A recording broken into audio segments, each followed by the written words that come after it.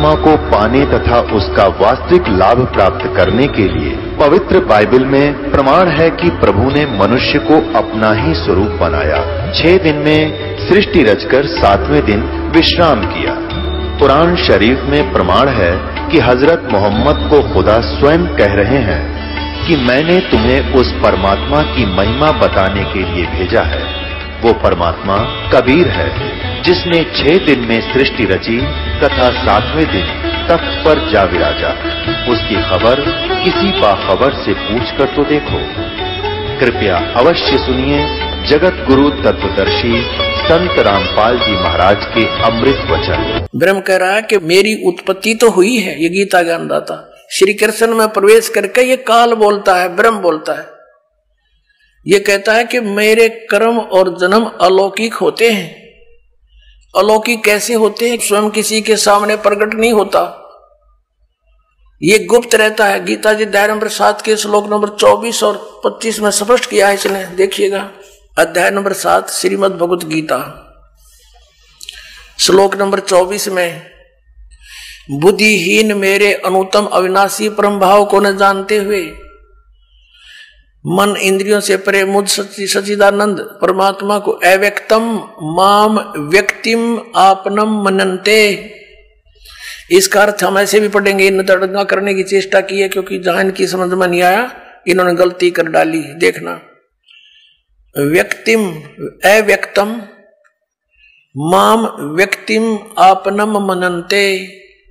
अव्यक्तम माम मुझ अव्यक्त को, ये बुद्धिहीन मेरे अनुतम ये घटिया विनाशी परम भाव को यानी विशेष नियम को नहीं जानते। मुझ अव्यक्त को मैं छुपा रहता हूं और मुझे ये व्यक्तिम यानी मनुष्य रूप में कृष्ण रूप में प्राप्त हुआ मानते हैं। I am not Krishna. क्यों? अब 25 में बताया, देखिए इसका यहां अनुवाद किया है। अपनी योग माया से छिपा हुआ मैं सबके प्रत्यक्ष नहीं होता, छुपा रहता हूं मैं। यह अज्ञानी जन समुदाय मुझ जन्म रहित अविनाशी को, अविनाशी परमेश्वर नहीं अविनाशी को नहीं जानता। और ये मुझे इसलिए ये व्यक्तिम, ये देखो ये 24वां श्लोक है, व्यक्तम अव्यक्तम व्यक्तिम आपनम मनन्ते माम अबुधे।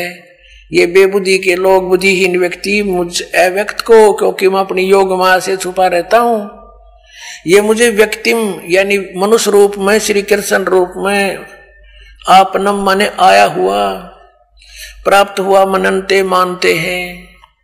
ये मुझ अव्यक्त को यानी मुझ छुपे हुए को, मुझको मनुष्य की भांति जन्म लेकर श्री कृष्ण की तरह मानते हैं। आई एम नॉट कृष्ण, क्योंकि श्री कृष्ण जी ने तो ये कैसे कि उन्होंने जन्म नहीं लिया, उनके माता है पिता है श्री राम रूप में वही विष्णु आए, उनका जन्म हुआ। तो यहां कहने का भाव ये है कि ये क्या कहता है कि मेरे कर्म अलौकिक हैं और जन्म अलौकिक है। कैसे? जैसे श्री कृष्ण में प्रवेश करके यू सारा अनर्थ जुल्म करवा दिया इसने, और पता भी नहीं लग गया कौन कर गया। श्री कृष्ण के सिर पर दर्दी कि इन्होंने महाभारत का युद्ध करवाया, जबकि श्री कृष्ण जी तो मना करे थे, 3 बार शांति दूत बनकर गए। आखिर में ये फैसला भी ले लिया कि मैं युद्ध भी नहीं करूंगा। तो क्या वो युद्ध करवाने की सलाह दे सकते हैं? नेवर। ये काल करह ऐसे अड़ंगे। अब ये कहता है कि मेरे जन्म और कर्म दिव्य हैं। इसके कर्म दिव्य कैसे हैं? जैसे श्री कृष्ण में प्रवेश करके महाभारत का युद्ध करवा दिया, जुल्म करवा दिया और गीता का ज्ञान दे दिया, ये इसके कर्म। ये कैसे प्रवेश करता है अब दिखाते हैं। अब देखिएगा श्री विष्णु पुराण, इसके संपादक कौन है? अनुवादक है श्री मुनीलाल गुप्त। ये कहां से मुद्रित है? वह प्रकाशित है गीता प्रेस, गोरखपुर, गोविंद भवन कार्यालय, कोलकाता का संस्थान। ये इनके फोन और फैक्स नंबर है। ये देखिएगा इसके चतुर्थ अंश अध्याय नंबर 2 और 233 पृष्ठ पे। पूर्व काल में त्रेता युग में एक बार अति भीषण देव असुर संग्राम हुआ। देवताओं और राक्षसों का आपस में युद्ध हुआ। उसमें महाबलवान दैत्यगण से पराजित हुए देवताओं ने भगवान विष्णु की आराधना की। तब आदि अनंत सुन अशेष जगत प्रतिपालक श्री नारायण ने देवताओं से प्रसन्न होकर कहा, आप लोगों का जो कुछ अभिष्ट है वह मैंने जान लिया है। उसके विषय में यह सुनिए। राज ऋषि ससाद का जो पुरंजय नामक पुत्र है, उस अक्षत्रिय श्रेष्ठ के शरीर में मैं अंश मात्र से स्वयं अवतीर्ण होकर, यानी कुछ समय के लिए, संपूर्ण दैत्यों का नाश करूंगा। अतः तुम लोग पुरंजय को दैत्यों के वध के लिए तैयार करो। अब आगे फिर दिखाते हैं और कंसेप्ट क्लियर।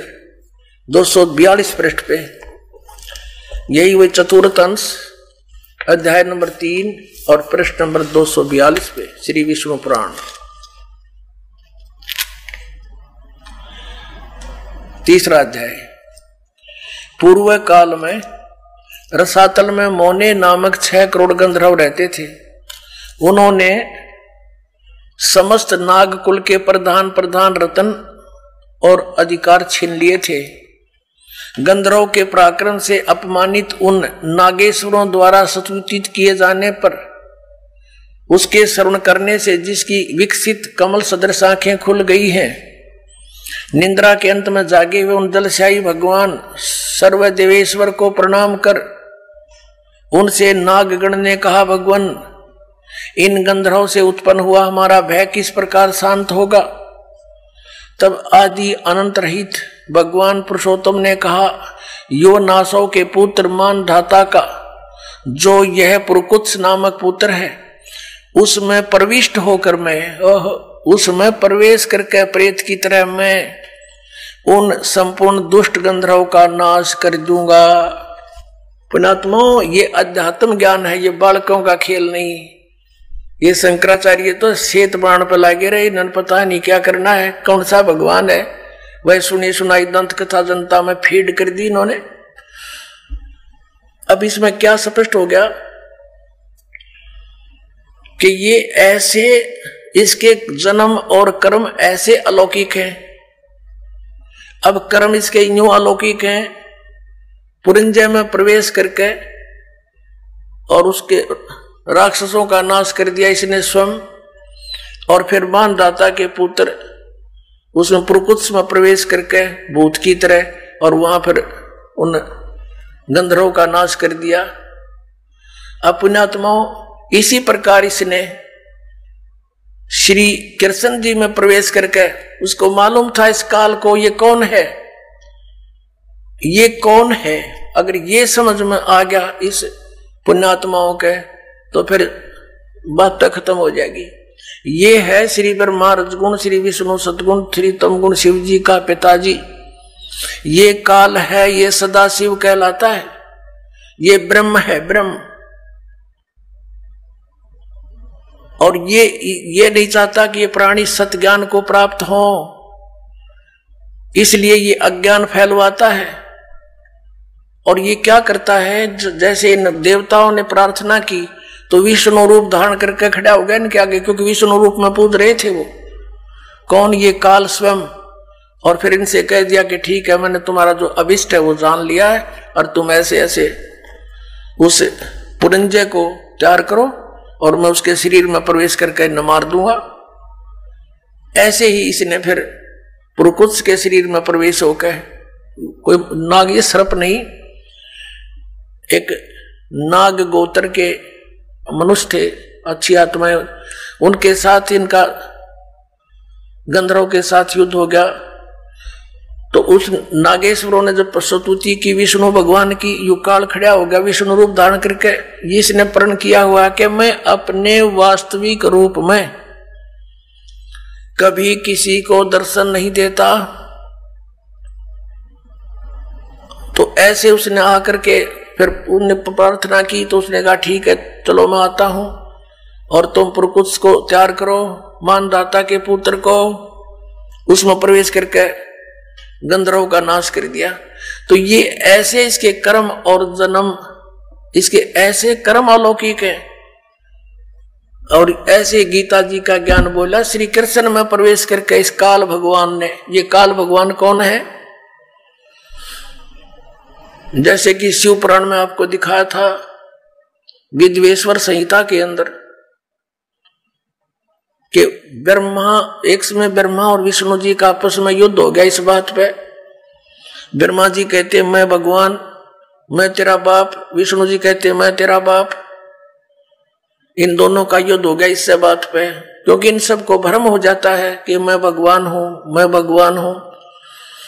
अब ये भी कैसे बात बिगड़ती है। जैसे ऋषि लोग साधना करते हैं, समाधिस्थ होते हैं, काफी वर्षों तक बैठे रहते हैं, किसी को तो ये विष्णु जी के रूप में दर्शन दे देता है, तो वो साधक उठ जाता है और जाके श्री विष्णु जी जो सर्वगुण देवता उनके सामने रहते हैं, उनके विषय में कहता है कि भगवान है स्वयं विष्णु जी, और यही सारी सृष्टि के करता, यही तीनों रूप बना के ऐसे ऐसे करते हैं, संहार स्थिति और उत्पत्ति यही खुद करते हैं। मैंने समाधि दशा में देख लिया, यही भगवान है, मैंने मुझे दर्शन दिया इन्होंने, और दर्शन दे गया ब्रह्म काल।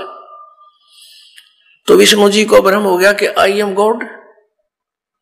इसी प्रकार किसी को इसने ब्रह्मा जी के रूप में दर्शन दे दिए, उसने ब्रह्मा जी की महिमा गा दी कि ये पूर्ण परमात्मा, ये छुपाए हुए अपने आप को। तो ये भ्रम हजारों ने, सैकड़ों की संख्या में ऐसे उनके समर्थक हो गए, ऐसे विष्णु जी के हो गए।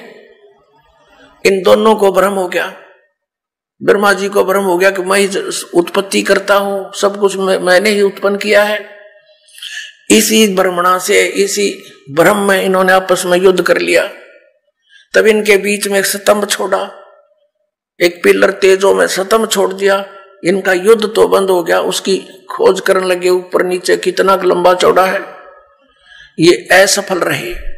फिर वो स्वयं आकर प्रकट हो गया, शिव जी का रूप धारण करके अपने पुत्र का। थोड़ी सी झलक दिखानी पड़ेगी, नहीं तो फिर आप विचलित हो जाओगे।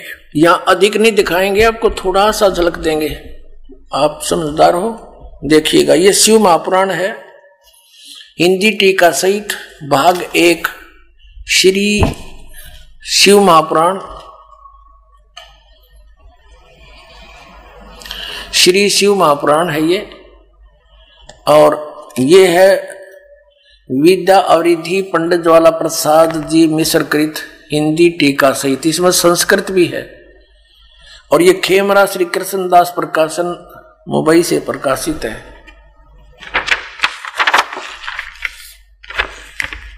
मुद्रक में प्रकाशक है खेमरा श्री कृष्णदास, अध्यक्ष श्री वेंकटेश्वर प्रेस, खेमरा श्री कृष्णदास स्मारक मुंबई। अब यहां देखना, इसके 11 पृष्ठ से शुरू करेंगे। विद्वेश्वर संहिता शिव पुराण, विद्वेश्वर संहिता भाग 1 अध्याय 6। नंदीकेश्वर बोले, हे योगिंद्र, आगे एक समय विष्णु भगवान शेष शैया पर अपने गरुड़ादि पार्षदों के संयुक्त लक्ष्मी सहित शयन करते थे। उस समय ब्रह्म ज्ञानियों में श्रेष्ठ ब्रह्मा जी अपनी इच्छा से ही वहां आ गए और उस सब प्रकार से सुंदर सेज पर शयन करते हुए कमल लोचन विष्णु भगवान से पूछने लगे, ब्रह्म ज्ञानी क्या? ब्रह्म ज्ञानी देखो, इसे ब्रह्म ज्ञानी है ये। और विष्णु तो पूछा, तुम कौन हो जो मुझे देखकर अभिमानी पुरुष के समान शयन करते हो? हे वत्स, उठो, देखो मैं तुम्हारा स्वामी आया हूं। आए हुए गुरु को देखकर जो अभिमान करता उस द्रोही मूड का प्रायश्चित होना उचित है। यह सुनकर विष्णु जी के अंतर में तो क्रोध हुआ, परंतु बाहर से शांत रहे और बोले, हे वत्स, हे बेटा। विष्णु जी बोले ब्रह्मा जी को, हे बेटा, तुम्हारा मंगल हो, बैठो, इस आसन पर विराजो। इस समय तुम्हारा नेत्र कुटिल और मुख वक्र कैसे हो गया? क्रोध में बांगा मुंह क्यों कर रहा है तू? ब्रह्मा जी बोले, वत्स विष्णु, बेटा विष्णु, तुमको समय के प्रभाव से अभिमान है। हे पुत्र, हे बेटा, विष्णु जी को ब्रह्मा जी संबोधित कर रहे हैं, हे पुत्र मैं तुम्हारा रक्षक और जगत का पिता मैं हूं। विष्णु जी बोले ये तो सब जगत मुझ में सतीत है, तुम चोर के समान किस प्रकार अपना कहते हो? तुम मेरी नाभि कमल से उत्पन्न हुए हो, इससे मेरे पुत्र हो, मुझे पुत्र कहना व्यर्थ है। नंदीकेश्वर बोले इस प्रकार ब्रह्मा विष्णु दोनों ही रजोगुण से मुक्त होकर विवाद करने लगे। तब संपूर्ण देवता विमान में बैठ गए, उस महाअद्भुत युद्ध को देखने आए और आकाश में उनके ऊपर फूल बरसाने लगे। वाह रे देवता हो, ये हमारे देवता, देवता माने अच्छी आत्माएं। अब दो व्यक्ति लड़ रहे हो तो क्या फर्ज बनता है एक जेंटलमैन का? उनको समझावे बुझावे, अलग अलग करे, कहीं इनको हानि ना हो जाए। हर हमारे देवता उन भगवाना ऊपर तो फूल बरसावा, कहाँ कर दो काम, शाबाश, बहुत अच्छा काम कर रहे हो तुम। वह लड़का मरने को तैयार है, देवता फूल बरसावे। ये है हमारे इतिहास जिनको हम पढ़ पढ़ के बहरे हो लिए, सुन सुन के। अब ये तो ऐसे भगवान हैं जैसे इतनी बुद्धि रखते हैं ये भगवान, जिनको ये शंकराचार्य हमें पूजने के लिए कहते हैं और स्वयं भी पूजते हैं। ये तो एक चौथी पांचवी कक्षा के बच्चे लड़ते हैं ना, फिर अध्यापक पूछता है भाई क्यों लड़ रहे हो? उसने उसका गला पकड़ रखा और उसने उसका, एक कहता है ये कहता है मैं तेरा बाप, वो कहता नहीं जी इसने पहले कहा था मैं तेरा बाप, और गुट्टुम गुट्टा। ये हमारे भगवानों के चरित्र आपके समक्ष इनके इतिहास में है। अब जब ये नू लड़ रहे थे, बीच में सतम खड़ा कर दिया इस काल ने, अकेले लड़के मर जाएंगे भी, तेरा काम अधूरा रह जाएगा। फिर इसने इनको ज्ञान देना शुरू किया। शंकर अपने पुत्र शिव का रूप बना के आ गया, कहीं ये विष्णु रूप धारण कर लेता है। देखना इसका प्रमाण आपको दिखाते हैं। हम पढ़ रहे हैं विद्वेश्वर संहिता, इसके 17 पृष्ठ पे संक्षिप्त सा देखेंगे। ये देखिएगा, अब 17 पृष्ठ पर आ गए हम, ज्यादा ना पढ़ेंगे, ज्यादा चेता पढ़ सकते हो अपने लेकर मोल इसको। विद्वेश्वर संहिता भाग 1 अध्याय 9 में अब नंदीकेश्वर बोले इस प्रकार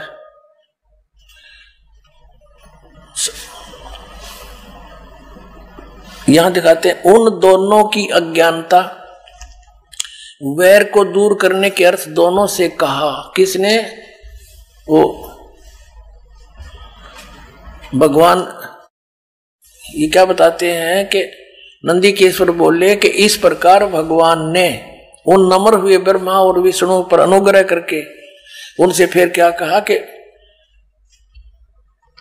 उन दोनों के ज्ञानता और वैर को दूर करने के अर्थ उन दोनों से कहा। अब यहां ज्यादा ना पढ़ेंगे अपने मतलब का।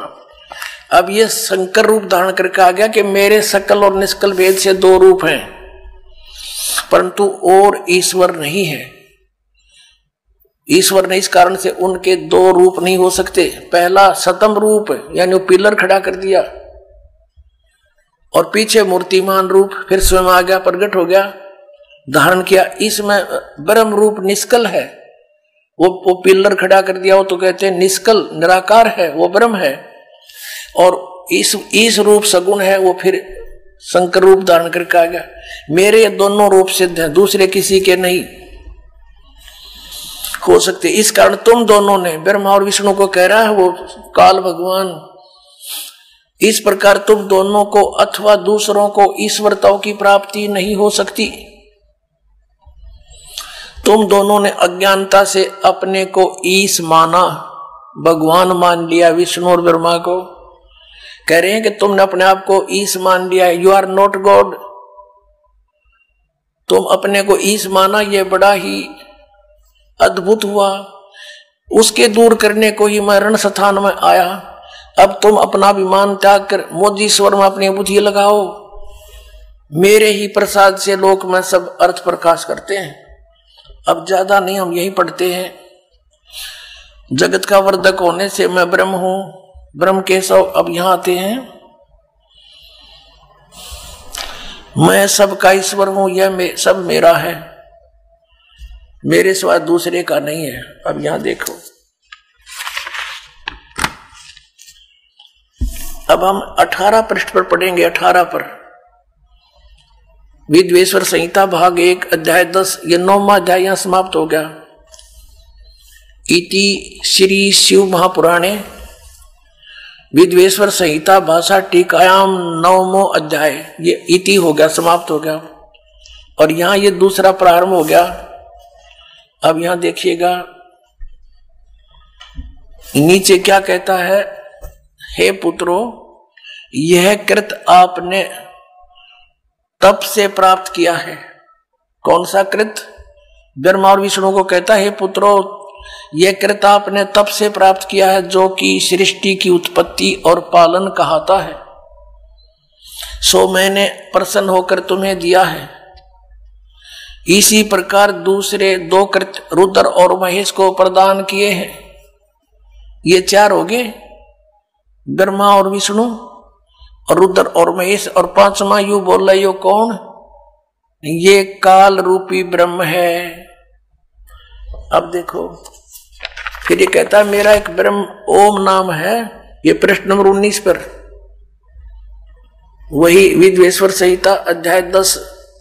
इस कारण उस अज्ञान की सिद्धि के निमित्त ओंकार नामक मंत्र जप करो। यह अभिमान का दूर करने वाला है, सोई निज मंत्र उपदेश करते हैं। यह ओंकार मेरे मुख से उत्पन्न होने से मेरे ही रूप का बोधक है और महामंगल करने वाला है। यह वाचक है, मैं वाच्य हूं। यह मंत्र मेरा आत्मा है, उसके स्मरण से मेरा स्मरण होता है। उत्तर की ओर के मुख से अकार और पश्चिम के मुख से उकार, दक्षिण के मुख से मकार और पूर्व के मुख से बिंदु और मध्य के मुख से नाद उत्पन्न हुआ। इस प्रकार, ये बीच में संस्कृत है, इस प्रकार 5 प्रकार से यह निर्गत हुआ। वह सब एक होकर ओम ऐसा एकाक्षर हो जाता है। अब स्पष्ट हो गया कि ये ओम अक्षर इस सब अवयव से एक होकर ये ओम ऐसा एकाक्षर हो जाता है। अभी आपको श्रीमद् भगवत गीता अध्याय नंबर 8 के श्लोक नंबर 13 में दिखाया था कि ओम इति एकाक्षरम ब्रह्म विवहारण माम अनुसमरण यह प्रयाति तदंति हम सयाति परमाम गतिम। मुझ ब्रह्म का ये गीता ज्ञान भी यही काल ऐसे प्रवेश करके श्री कृष्ण में प्रवेश करके बोल रहा है, जैसे मानधाता के पुत्र प्रकृष्ट में प्रवेश होकर उन गंधर्वों का नाश कर दिया और उधर से पुरंजय के अंदर प्रवेश होकर असुरों का नाश कर दिया। ऐसे श्री कृष्ण में प्रवेश होकर के अर्जुन को युद्ध के लिए तैयार कर दिया और गीता का ज्ञान वेदों वाला और कुछ अपनी अटकल लड़ा के इसमें ज्ञान दे दिया। तो ये ब्रह्म बोल रहा है, जो ब्रह्मा विष्णु महेश रुद्र इन सब का पिता है और दुर्गा इन सब की माता है। अब ये तो कह रहे हैं आदरणीय शंकराचार्य और सारे पवित्र हिंदू धर्म के गुरुजन कहते हैं कि केवल ब्रह्मा विष्णु महेश ही की पूजा करो, सर्वेश्वर महेश्वर है। और विष्णु जी कह रहा है कि मैं तो दुर्गा देवी की पूजा करता हूं, दुर्गा की, और इसके ऊपर मैं किसी भगवान को नहीं जानता। ये इनका स्पिरिचुअल नॉलेज इनके गॉड का, भगवान का है जिसको ये पूज रहे हैं। दुर्गा कह रही है हिमालय को श्री देवी पुराण में 7वें स्कंद में 562 पृष्ठ पे कि केवल उस ब्रह्म की पूजा करो और सब बातें छोड़ दो। उसका ओम नाम है, ओम नाम के जप से उसकी प्राप्ति होगी, उस ब्रह्म को पा जाओगे जो ब्रह्म लोक में रहता है। और ये ब्रह्म क्या कहता है कि मेरा तेको ओम अक्षर है और इसकी साधना करने से ओम से जो होने वाली परम गति है वो प्राप्त हो जाएगी। कहां जाएंगे? ब्रह्मलोक में। ब्रह्मलोक में गए हुए प्राणी भी फिर पुनरावृत्ति में। गीता जी अध्याय नंबर 8 के श्लोक नंबर 16 में लिखा, देखिएगा। अब ये तो आपने अध्याय नंबर 8 का और श्लोक नंबर 13 अभी पढ़ा था पहले भी, फिर देख लेते हैं। ओम इति एकाक्षरम ब्रह्म विहरण माम अनुसमरण ये प्रियाति तजन देहम सयाति परमाम गतिम। ओम ओम एक अक्षर माम ब्रह्म मुझ ब्रह्म का केवल यह एक अक्षर ओम है। ओम का इन्होंने अनुवाद ऐसे किया है, ऐसे कहो तो ऐसे लिख लो, एक का बात है। तो उसकी परम गति होती है जो ओम नाम के सतर की, वो कहाँ जाता है? ब्रह्मलोक में चला जाता है। जैसे अभी आपने श्री देवी पुराण में पढ़ा कि श्री देवी जी कहती हैं कि तुम ओम नाम का जाप कर और उस ब्रह्म को प्राप्त हो जाएगा, ब्रह्मलोक में चला जाएगा। अब ब्रह्मलोक में गए प्राणी फिर पुनरावृत्ति में आते हैं, देखिएगा। ये गीता अध्याय नंबर 8 का और श्लोक नंबर 16।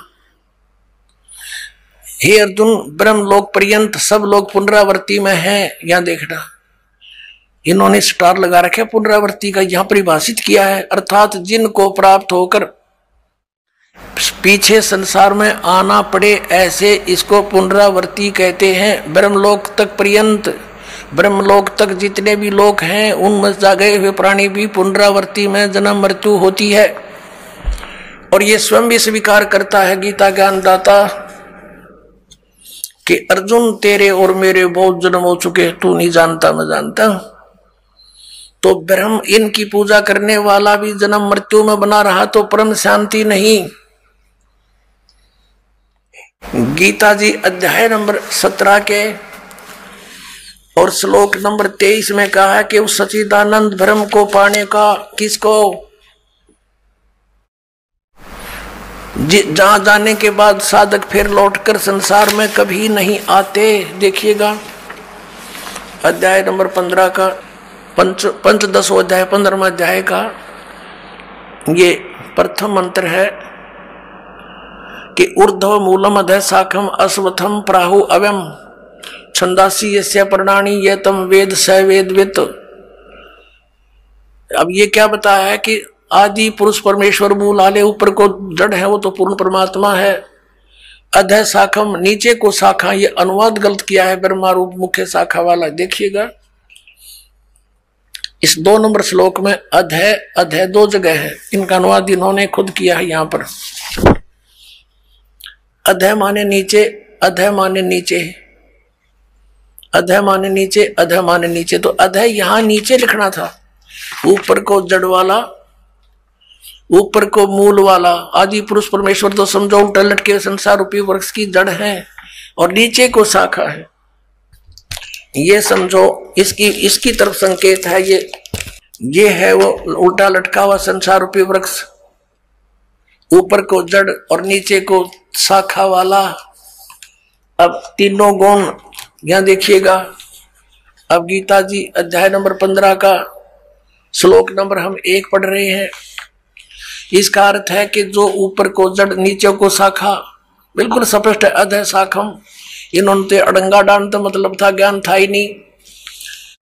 संसार रूपी पीपल के वृक्ष को अविनाशी कहते हैं। वेद जिसके पत्ते कहे गए हैं, उस संसार वृक्ष को जो पुरुष मूल सही तत्व से जानता है, स वेदवित, वह वेद के तात्पर्य को जानने वाला है, अर्थात वो तत्वदर्शी संत है। सह वेदवित तत्व से जानता है तो वह वेद के तात्पर्य को जानने वाला था, तो तत्वदर्शी संत है, इसका अर्थ ये। और फिर हम ज्यादा ना कहकर सिर्फ ये लेंगे कि 15वें अध्याय के 4थे श्लोक में स्पष्ट किया है कि जब तत्वदर्शी संत मिल जा तो तत्व ज्ञान रूपी शस्त्र के द्वारा इस ज्ञान रूपी अंधकार को समझकर इसका नाश करके उसके पश्चात परमेश्वर के उस परम पद की खोज करनी चाहिए, जहां जाने के बाद साधक फिर लौटकर कभी संसार में नहीं आते। देखिएगा यहां से लेंगे क्या लिखा कि उस संसार वृक्ष की तीनों गुण रूप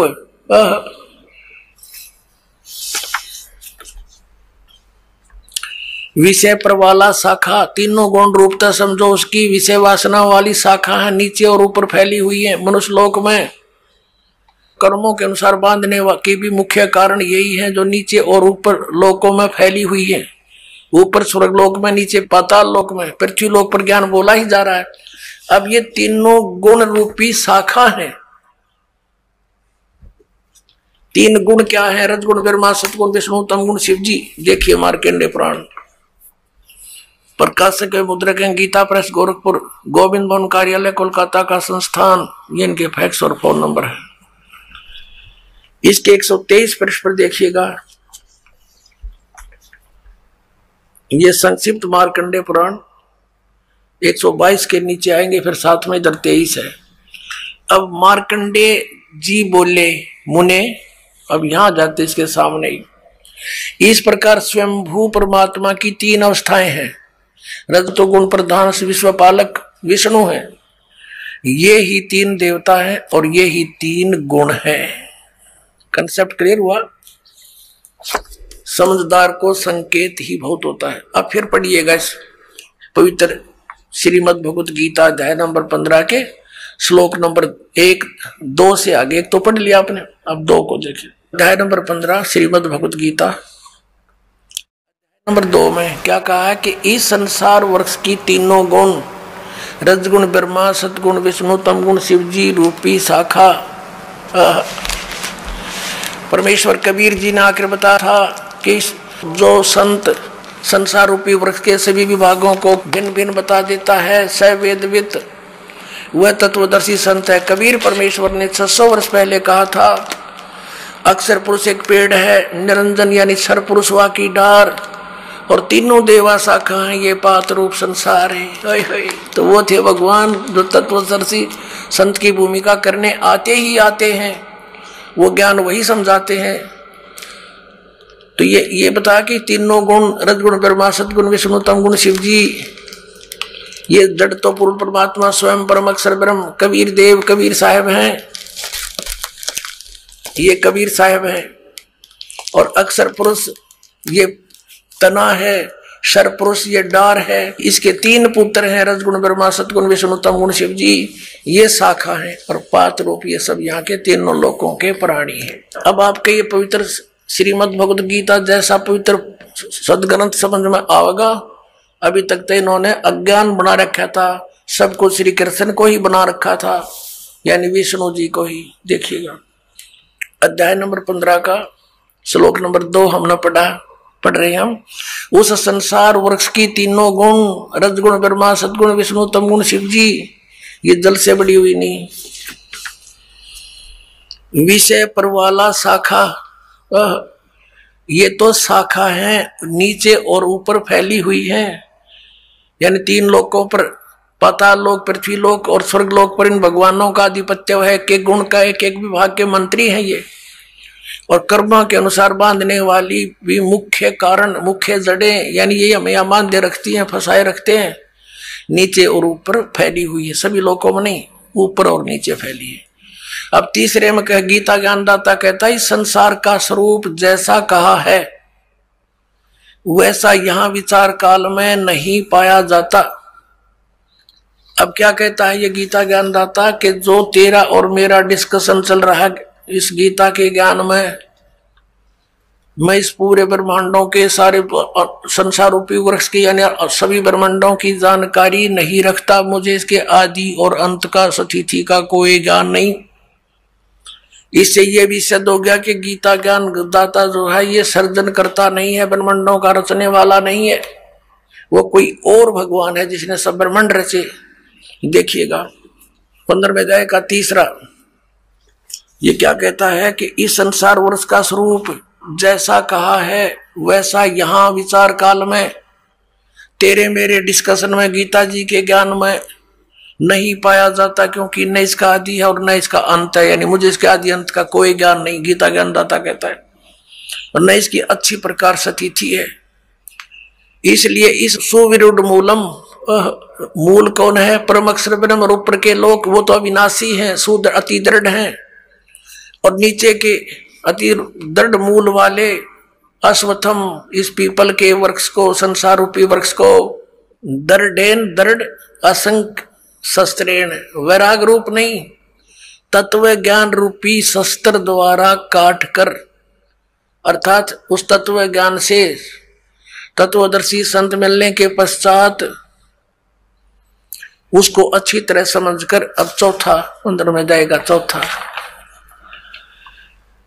उसके पश्चात उस परम पद रूप परमेश्वर को भली भांति खोजना चाहिए, जिसमें गए हुए पुरुष यानी साधक फिर लौटकर संसार में नहीं आते। और जिस परमेश्वर से पुरातन संसार वृक्ष की प्रवृत्ति विस्तार को प्राप्त हुई है, अर्थात जिस परमात्मा ने सारे संसार रूपी वृक्ष की रचना की है, सारे ब्रह्मांडों की रचना की है, उसी आदि पुरुष नारायण की मैं शरण हूं आदम पुरुषम। उसी आदि पुरुष यानी गीता ज्ञान दाता से कोई अन्य है, उसकी शरण में हूं, इस प्रकार दृढ़ निश्चय करके उस परमेश्वर का पर्वदेवा ने पूजा करनी चाहिए। ये तो अपनी अटक लड़ाते हैं, जैसा ये करते हैं ध्यान दो न, पर्वदेवा ने उसकी पूजा करनी चाहिए। गीता ज्ञानदाता कहता है कोई और है वो पूज्य। पुण्यात्मा, सुबह के सत्संग में विषय था कि तीन परमात्मा मुख्य रूप में, तीन पुरुष, सरपुरुष, अक्षर पुरुष और परम अक्षर पुरुष। तो यहां पर जो परम अक्षर पुरुष है, हम उसकी तरफ संकेत करते हैं कि वो है वो पूज्य। वो कौन है? स्वयं कबीर भगवान है, कबीर देव है, जिसने 600 वर्ष पहले आकर वो लीला की थी, जो वेद बताते हैं और हमारे सदग्रंथों में विद्यमान है। अब इस विषय को ज्यादा ना बढ़ाकर दास उस प्रसंग पर आते हैं कि गीता ज्ञान दाता तो कहता है कि उस परम अक्षर ब्रह्म की पूजा करो। उसके विषय में तत्वदर्शी संतों के पास जाओ, जैसे चौथे अध्याय के 34वें श्लोक में कहा है, अध्याय नंबर 4 के श्लोक नंबर हम 32 को पढ़ेंगे। ये 32 इस प्रकार यानी 25 से लेकर 31 तक इस प्रकार और भी बहुत तरह के यज्ञ यानी धार्मिक अनुष्ठान की जानकारी ब्रह्मण मुखे, यहां गलत कर दिया ना वेद की वाणी। देखिए 17वें अध्याय के 23वें श्लोक में स्वयं ब्रह्मण माने, ये देखिएगा अध्याय नंबर 17 का और श्लोक नंबर 23, इसमें क्या कहा है कि ओम तत्सत इति निर्देश है ब्रह्मण तिर्विद समर्थ ब्राह्मणा तेन वेदा च यज्ञा च विहिता पुरा। अब यहाँ ओम ओम तत् तत् सत सत, ये दो सांकेतिक शब्द हैं, दास बताएगा। इति यह तीन प्रकार का सच्चिदानंद घन ब्रह्म, ब्रह्मण माने सच्चिदानंद घन ब्रह्म का नाम कहा है। यहाँ सच ब्रह्मण माने सच्चिदानंद घन ब्रह्म गीता ज्ञान दाता से अन्य है। तो यहाँ इन्होंने चौथे अध्याय के 32वें श्लोक में अनरच कर दिया। इस ब्रह्मण शब्द है ब्रह्मण मुखे एवं विबहुविधा, इस प्रकार बहुत प्रकार की यज्ञ माने धार्मिक अनुष्ठान, विदिता माने विस्तार पूर्वक ब्रह्मण मुखे सच्चिदानंद घन ब्रह्म के द्वारा अपने मुख कमल से बोले गए हैं, वो तत्व ज्ञान है। इस प्रकार और भी बहुत प्रकार के यज्ञ यानी धार्मिक अनुष्ठानों की जानकारी यहाँ लिखना था। सच्चिदानंद घन ब्रह्म की वाणी में, कबीर वाणी में विस्तार से कहे गए हैं। उन सब को तू कर्म जान, जैसा भी होने वाला जान, इस प्रकार तत्व से जानकर तो उनके अनुष्ठान द्वारा, उस साधना के द्वारा कर्म बंधन से तू सर्वथा मुक्त हो जाएगा। अब यहां देखिएगा चौथे अध्याय के 34वें श्लोक में इसने कहा है, चौथे अध्याय के 34वें श्लोक में इसने कहा है, गीता ज्ञान दाता ने उस ज्ञान को, वो तत्व ज्ञान है जो सच्चिदानंद घन ब्रह्म ने अपने मुख से बोला है, वो कबीर वाणी, वो तत्व ज्ञान है। उस ज्ञान को तू तत्वदर्शी ज्ञानियों के पास जाकर समझ, उनको भली भांति दंडवत प्रणाम करने से, उनकी सेवा करने से और कपट छोड़कर सरलता पूर्वक प्रसन्न करने से वे परमात्म तत्व को भली भांति जानने वाले तत्वदर्शी न, तत्वदर्शी न माने तत्वदर्शी संत ज्ञानी महात्मा तुझको तत्व ज्ञान का उपदेश करेंगे। गीता अध्याय नंबर 17 के श्लोक नंबर 23 में गीता ज्ञान दाता कहता हूं सच्चिदानंद घन ब्रह्म के पाने का मंत्र ओम तत्सत, ये उसकी साधना है और तत्वदर्शी संत बतावेगा। ओम तो इसने डिक्लेयर कर ही रखा, सार्वजनिक है। तत् और सत सांकेतिक है, इसको पता नहीं, उसके लिए तत्वदर्शी संतों के विषय लिए छोड़ दिया। वो इस दास को पता है, परमात्मा ने बताया है। तो इन तीनों के जाप करने से मोक्ष होगा, पूर्ण परमात्मा प्राप्ति होगी। जहां जाने के बाद साधक फिर लौटकर कभी संसार में नहीं आते। 18वें अध्याय के 62वें श्लोक में कहा कि अर्जुन तू सर्वभाव से उस परमेश्वर की शरण में जा। ये देखिएगा श्रीमद् भगवत गीता अध्याय 18 और श्लोक 62 में कहा कि अर्जुन हे भारत, सब प्रकार से उस परमेश्वर की शरण में जा। उस परमात्मा की कृपा से ही तू परम शांति को और सनातन परम धाम को प्राप्त होगा। और 15वें अध्याय के 4थे श्लोक में आपने पढ़ ही लिया कि जहां जाने के बाद साधक फिर लौटकर संसार में कभी नहीं आते, कि उसके पश्चात उस परम पद परमेश्वर को बड़ी भांति जानना चाहिए, खोजना चाहिए, जिसमें गए हुए पुरुष फिर लौटकर संसार में नहीं आते। और जिस परमेश्वर से सारे ब्रह्मांडों के संसार रूपी वृक्ष की, पुरातन संसार रूपी वृक्ष की प्रवृत्ति विस्तार को प्राप्त हुई है, और उसी आदि पुरुष नारायण की मैं शरण हूं, और उस परमेश्वर का ही पूजा करनी चाहिए, भक्ति करनी चाहिए। इसका ही सिद्ध है। अपनात्माओं, इन शंकराचार्यों का ज्ञान फेल हुआ। अपनात्माओं, ये दास अभिमान से नहीं कहता, क्योंकि ज्ञान ना तो इन शंकराचार्यों का बनाया हुआ, ये तो वेदों और गीता और पुराणों में लिखा है। ये उसको समझ नहीं सके, दास समझ गया, बस इतनी सी बात है। अब देखिएगा, हमने 11 अक्टूबर सन 2009 को इन सभी आदरणीय शंकराचार्यों से प्रार्थना की थी कि आप जी आध्यात्मिक ज्ञान चर्चा के लिए पधारें, लेकिन ये अपने आप को शायद महान समझते हैं और अपनी बेइज्जती समझी होगी रामपाल से गोष्ठीकरण में, लेकिन उस तरह नहीं तो इस तरह कर दिया हमने तो इनकी हिंदी। अब संसार आप समझ जाएगी जनता ये किसे एक शंकराचार्य है। ये देखिएगा, हमने इनके पास ये पत्र भेजे थे सभी शंकराचार्यों के चारों के पास। हमारा उद्देश्य प्रार्थना पत्र है, हमारा उद्देश्य विश्व मैत्री, समाज सुधार, आत्म उद्धार, भ्रमित जिज्ञासुओं को शास्त्र अनुसार निर्णायक सद्भक्ति पद्धति प्रदान करना, आध्यात्मिक ज्ञान चर्चा। सभी हिंदू धर्म के माननीय शीर्ष शंकराचार्यों व अन्य सभी आदरणीय आचार्यों से हार्दिक प्रार्थना है कि वे सतलोक आश्रम बरवाला, जिला हिसार, हरियाणा, भारत में एकत्र होकर आध्यात्मिक ज्ञान चर्चा करें, ताकि भ्रमित भक्त समाज को सही दिशा मिल सके। उसके लिए हमने यहाँ से इनके पास प्रार्थना भेजी थी और इन्होंने सिग्नेचर दिए हैं। KS नारायण, एडमिनिस्ट्रेटर, श्री श्रृंगेरी मठ एंड प्रॉपर्टीज श्रृंगेरी, इतने। ये 16/8/2009 को ऐसे ये हमने सबके पास भेजा था। इन्होंने हमारे को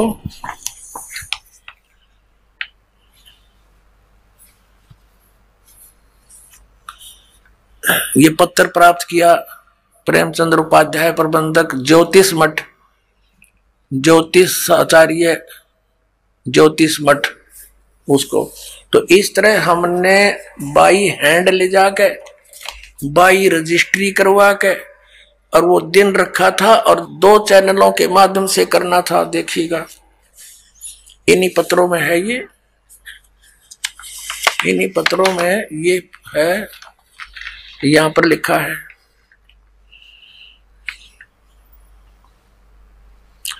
इस सर्व कार्यक्रम आध्यात्मिक ज्ञान चर्चा का सीधा प्रसारण सुप्रसिद्ध टीवी चैनलों जी जागरण, एक नंबर जी जागरण, दूसरा साधना पर 11 अक्टूबर 2009 को शाम 6 बजे से 10 बजे तक किया जाएगा।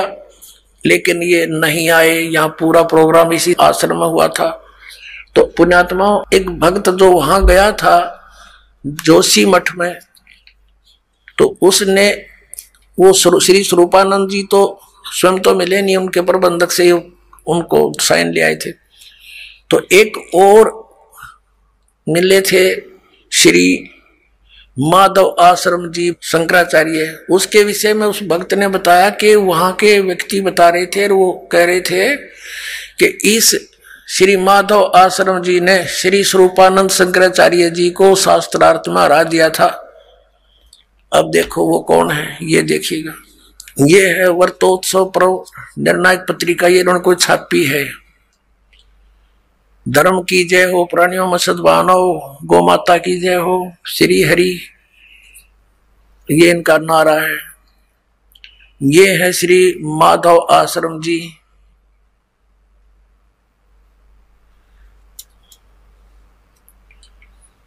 ज्योतिष पीठाधीश्वर, ये कहते हैं मैं अधिकारी, ये अपना अधिकार मानते हैं उस पर।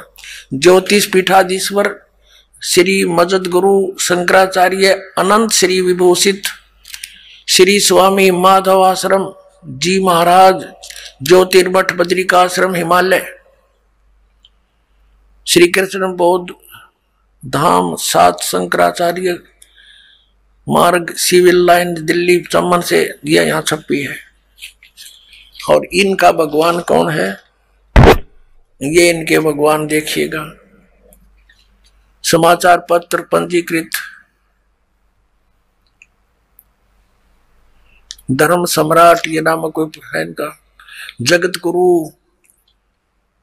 गुरु शंकराचार्य ज्योतिष पीठाधीश्वर अनंत श्री स्वामी माधव आश्रम जी महाराज, बद्रिका आश्रम हिमालय अध्यक्ष अखिल भारतवर्षीय धर्म संघ, ये इनके पूज्य देवता हैं। भगवान राम परिवार। अब न्यो का है वो, वहां के लोग कह रहे थे कि इसने श्री माधव आश्रम जी ने, इसका नाम है आदरणीय शंकराचार्य का माधव आश्रम जी महाराज, इन्होंने स्वरूपानंद जी को हरा दिया और पूजा इनकी आए है। ये इनके भगवान, इन रजगुण ब्रह्मा, सतगुण विष्णु, तम गुण शिव जी, इन तीनों देवताओं की पूजा श्रीमद् भगवत गीता जी के अंदर मना किया है। 7वें अध्याय के 10 से लेकर 12 और 20 से लेकर 23 के श्लोक में, वो आने वाले समय में आपको दिखाएंगे। और ये उन्हीं की पूजा करते हैं। तो पुण्यात्माओं, सौभाग्य आपको सत्संग मिला इस बरवाला आश्रम में। पूरे विश्व में कहीं भी सत्संग नहीं है। बोलो सतगुरुदेव की जय हो। परम पिता परमात्मा पूर्ण ब्रह्म सारी सृष्टि के रचनहार कबीर परमेश्वर जी की असीम कृपा से आप पुण्यात्माएं सत्संग सुनने के लिए उपस्थित हुए। परमात्मा बताते हैं, मात पिता मिल जाएंगे 1,84 माँ, सतगुरु सेवा और भक्ति या फेर मिलन की ना। परमात्मा स्वयं आकर के हमें जगाते हैं। हम मोह ममता की गहरी नींद में सोए हुए होते हैं। वो परम पिता परमात्मा दयालु भगवान हमें आकर के याद दिलाते हैं, मानुष जन्म दुर्लभ है, मिले न बारंबार। जैसे तरवर से पत्ता टूट गिरे, वो बोर न लगता डर। मानुष जन्म पाय कर जो नहीं रटे हरि नाम, जैसे कुआ जल बिना फिर बनवाया क्या काम। बिन उपदेश अचंभ है, ये क्यों जीवत है प्राण। भक्ति बिना काठोर है, वो नर नाही पाषाण। अगम निगम को खोज ले, बुद्धि विवेक विचार। उदय अस्त का राज मिले, तो बिन नाम बेगारे। राम रटत कोडी भला,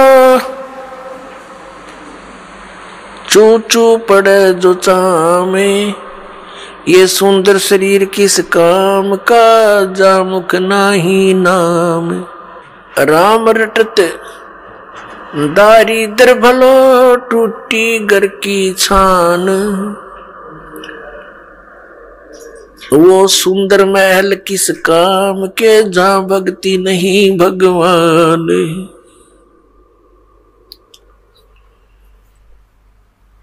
राम रटत कन्या बली, साकेट भलो न पूत,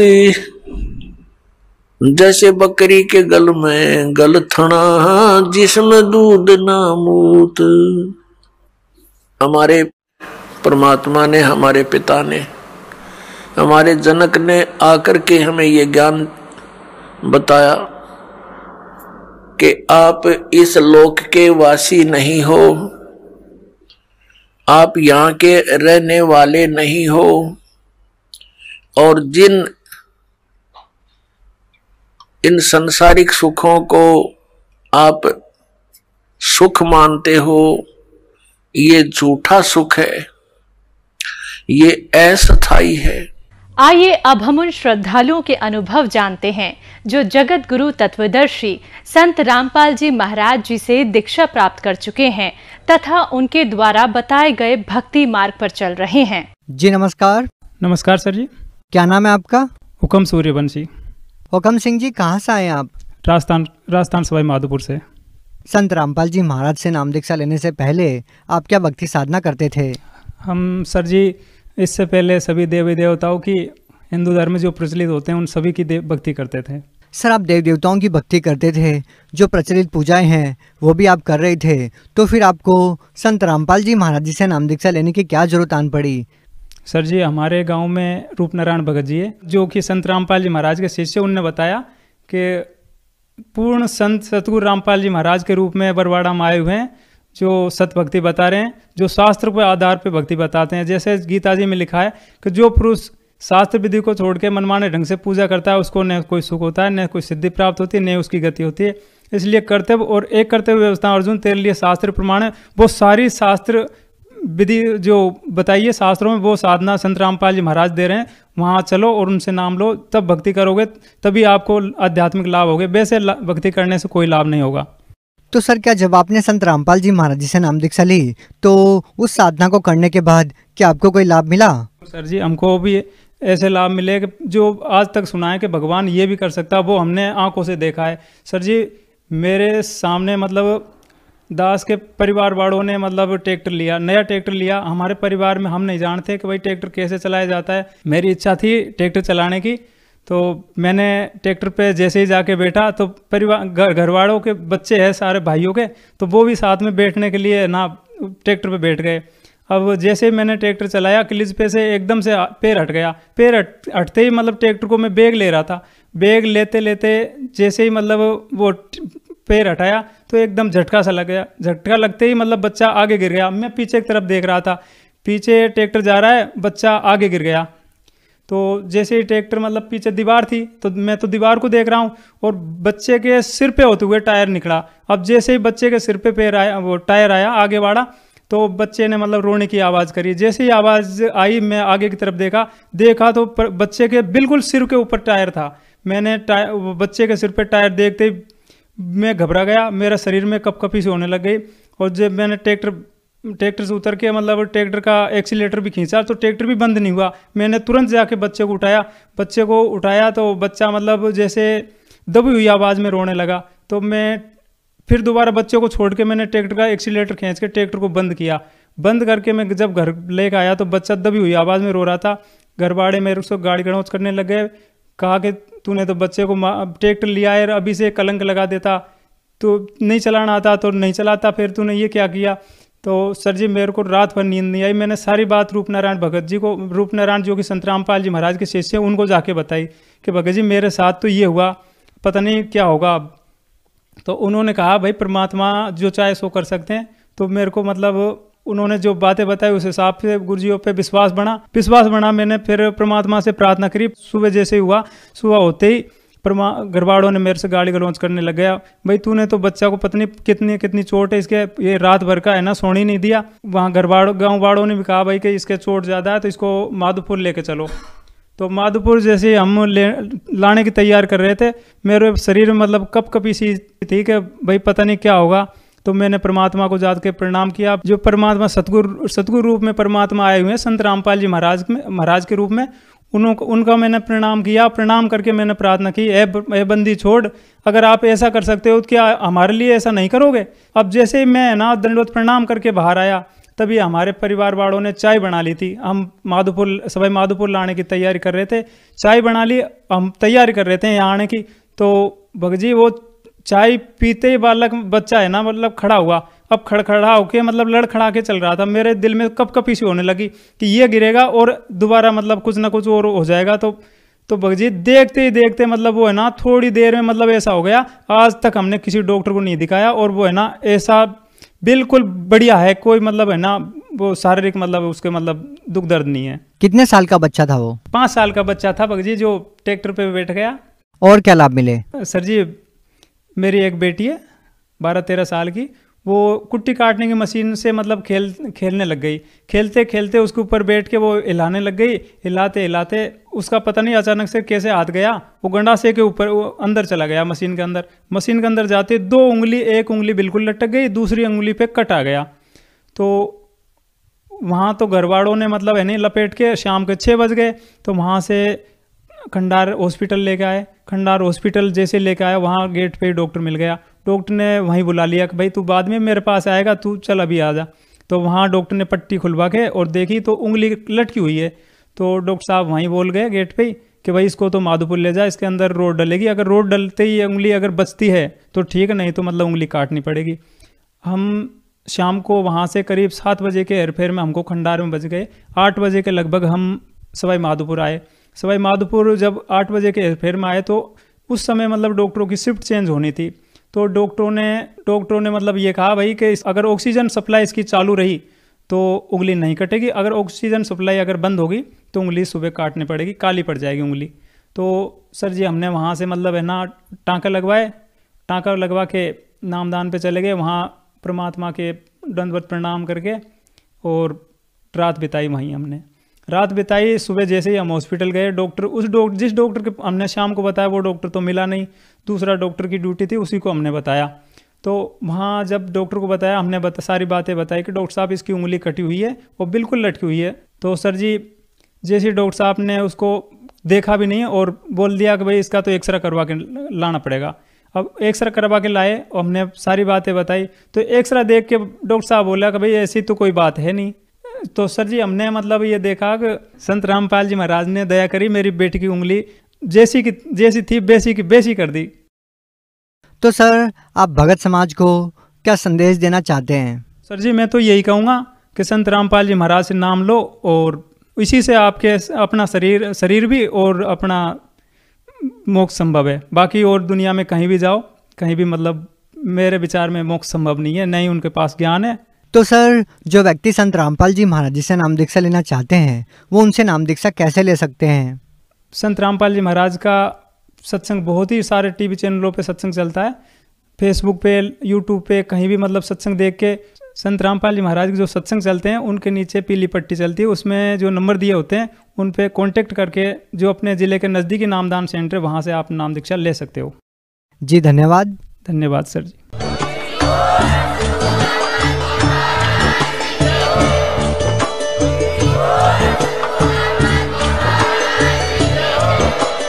आप सुन रहे थे जगत गुरु तत्वदर्शी संत रामपाल जी महाराज जी के मंगल प्रवचन। अधिक जानकारी के लिए विजिट कीजिए हमारी वेबसाइट www.jagatgururampalji.org। संत रामपाल जी महाराज जी के शुभ आशीर्वाद से पूरे विश्व भर में 500 से भी ज्यादा नाम दीक्षा केंद्र हैं, जिन पर संत रामपाल जी महाराज जी द्वारा ऑनलाइन निःशुल्क नाम दीक्षा दी जा रही है। अपने नजदीकी